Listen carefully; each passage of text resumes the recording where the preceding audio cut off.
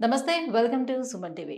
ఈ మధ్య కాలంలో వ్యూవర్స్ మనం చూసినట్లయితే మోకాళ్ళ నొప్పులకు శస్త్రచికిత్స అనేది అవసరం లేకుండా కేవలం ఒక ఇంజెక్షన్ అదే పీఆర్పీ ట్రీట్మెంట్ తోటి పూర్తిగా నయం చేసుకోవచ్చని మనం వింటూ ఉన్నాం. ఏమిటి ఈ పీఆర్పీ ట్రీట్మెంట్? ఈ పీఆర్పీ ట్రీట్మెంట్ అనేది కేవలం మోకాళ్ళ నొప్పులకు మాత్రమేనా? లేకపోతే ఇతర నొప్పులకు కూడా పనిచేస్తుందా? మన శరీరంలో ఏ అవయవాలకి పీఆర్పీ ట్రీట్మెంట్ అనేది చేసుకోవచ్చు? ఈ ప్రొసీజర్ అనేది ఏ రకంగా ఉంటుంది? సో, ఈ విషయాలు అన్నీ కూడా తెలియజేసేందుకు మనతో పాటు ఉన్నారు doctor Sudheer Dhara garu from Epione pain management, Dilsukh Nagar. Hello sir. Hi అండి. సార్, పీఆర్పీ ట్రీట్మెంట్ గురించి బాగా ఈ మధ్యన ప్రచారం అయితే బాగానే జరుగుతూ ఉంది. సో, చాలామంది అడుగుతా ఉన్నారు. సో, నేను కూడా ఇంటర్వ్యూలు చేస్తున్నాను కాబట్టి బయటికెళ్తే నన్ను కూడా అడుగుతా ఉన్నారు. సో, పీఆర్పీ చేయించుకుంటే మాకు తగ్గిపోతాయా మోకాళ్ళ నొప్పులు? మేము ఎన్ని ఇయర్స్ వరకు బావుంటుంది ఏంటి అని అడుగుతా ఉన్నారు. సో, వాళ్ళకి సంబంధించినటువంటి కొన్ని డౌట్స్‌ని క్లారిఫై చేసుకోవాలనుకుంటున్నాను. వాళ్ళు అడిగినటువంటి డౌట్స్‌ని. తప్పకుండా. సో, పీఆర్పీ ట్రీట్మెంట్ అనేది కేవలం మోకాళ్ళ నొప్పులకేనా? ఎందుకంటే ఎక్కువ ప్రచారం జరుగుతుంది మోకాళ్ళ నొప్పులు తగ్గిస్తుంది అని. ఇంకా అదర్ డిసీజెస్ దేనికైనా ట్రీట్ చేస్తారా? బేసికలీ మీరు అన్నారు కదా, మోకాళ్ళ నొప్పులకి ప్లస్ ఇంకోటి డిసీజెస్ అన్నారు. ఇవి డిసీజెస్ కాదు. హ్మ్.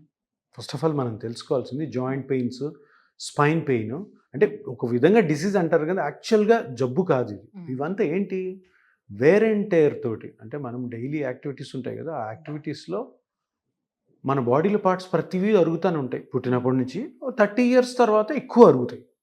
పోయే 40కి ఇంకా ఎక్కువ, 50కి ఎక్కువ, 60కి. ఇటువంటి అరుగుదలతో వచ్చిన ఈ నొప్పులకి ఒక మంచి పరిష్కారం పిఆర్పి. ఓకే. ఇది జబ్బే కాదు, ఒక విధంగా చెప్పండి. బుక్స్లో డిసీజ్ అని రాస్తారు కానీ ఒక డిసీజ్ కండిషన్. యాక్చువల్గా ఇది డిసీజ్ ప్రాసెస్ కాదు, it's a where and tear process.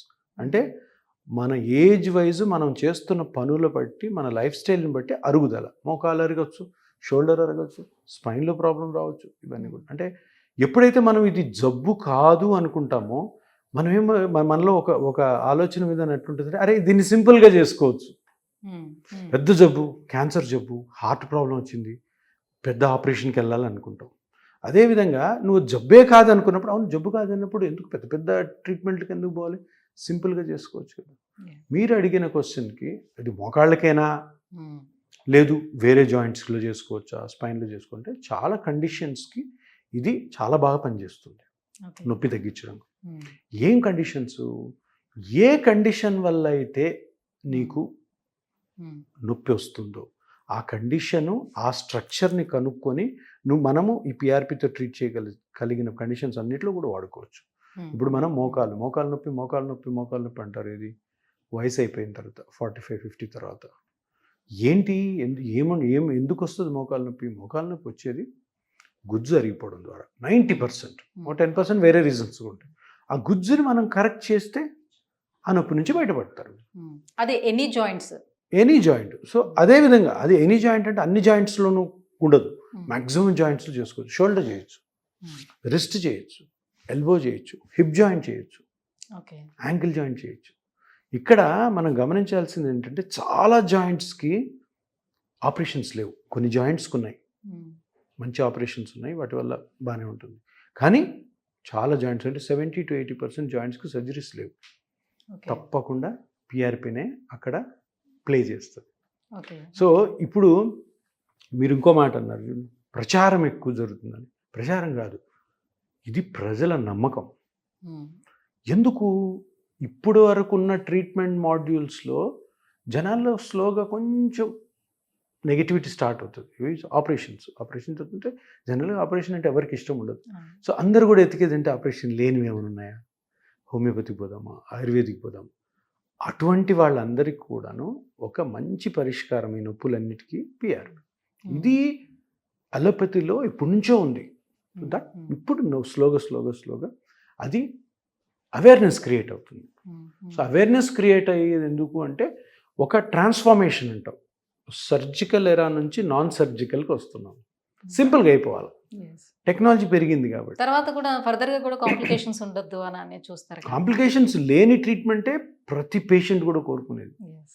కొన్ని కండిషన్స్లో ఆ సైన్స్లో ఆ డెవలప్మెంట్ ప్రకారము కొన్ని సర్జరీస్ వచ్చాయి. ఆ సర్జరీ అనగానే కాంప్లికేషన్ ఉంటుంది. అంటే అందరికి కాదు, కొంత పర్సంటేజ్. ఎందుకు ఆ పర్సంటేజ్ కూడా ఉండకూడదు అనేదే ప్రతి ఒక్కరి కోరిక కదా.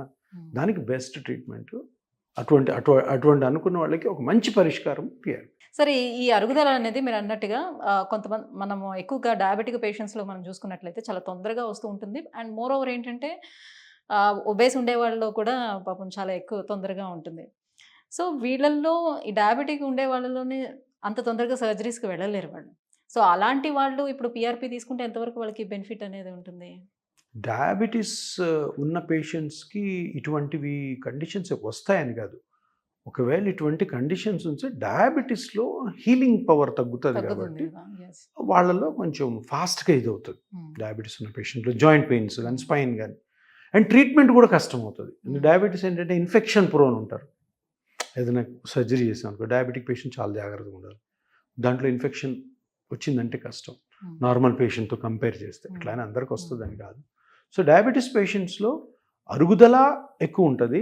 అరుగుదలకి గల ట్రీట్మెంట్స్ కూడా రెస్పాన్స్ కొంచెం తక్కువ ఉంటుంది.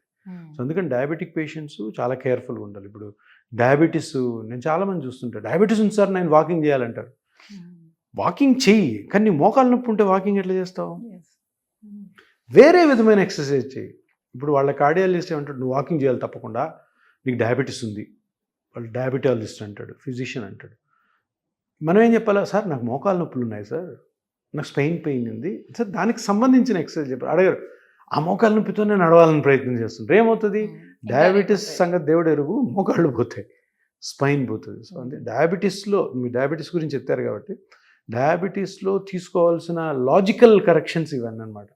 నేను నడుస్తాను సార్, ఏమిటి నాకు షుగర్ కంట్రోల్ ఉంటుంది. రే బాబు, షుగర్ కంట్రోల్ అవ్వాలంటే వాకింగ్ ఒక్కటే ఎక్సర్సైజ్గా చాలా ఎక్సర్సైజ్ ఉన్నాయి. మీ మోకాలు స్పైన్ దెబ్బతినకుండా చేసే ఎక్సర్సైజ్ వల్ల కూడా డయాబెటీస్ కంట్రోల్ ఉంటుంది. ఇది తెలుసుకోవాలి జనాలు. అది తెలుసుకోలేదనుకో, నన్ను మా కార్డియాలజిస్టు లేదు మా ఫిజిషియను నా షుగర్ కంట్రోల్ చేసే డాక్టర్ తప్పకుండా వాకింగ్ చేసి అరగొట్టుకుంటారు. ఇప్పుడు అదే 60-65 ఇయర్స్లో కూడా మోకాలు నొప్పి ఉండదు. వాకింగ్ చేయ వాళ్ళు బిజీగా ఉంటారు. డాక్టర్స్ ఏమంటారు, వాకింగ్ చేయంటారు.